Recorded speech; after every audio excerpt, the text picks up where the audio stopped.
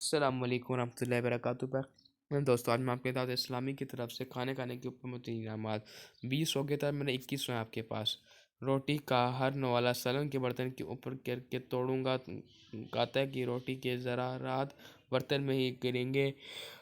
ہڈی اور گرم مسالہ اچھی طرح صاف کرنے اور چاٹنے کے بعد پھینکوں گا، بھوک سے کم کھاؤں گا۔ آخر میں سنت کی ادائیگی کی نیت سے برتن 25 بار انگلیاں چاٹ لوں گا۔ کھانے کے برتن دھو کر پی کر اور ایک غلام آزاد کر کے ثوابوں کا حقدار بنوں گا۔ جب تک دسترخوان نہ اٹھا لیا جائے اس وقت تک بلا صورت نہیں اٹھاؤں گا۔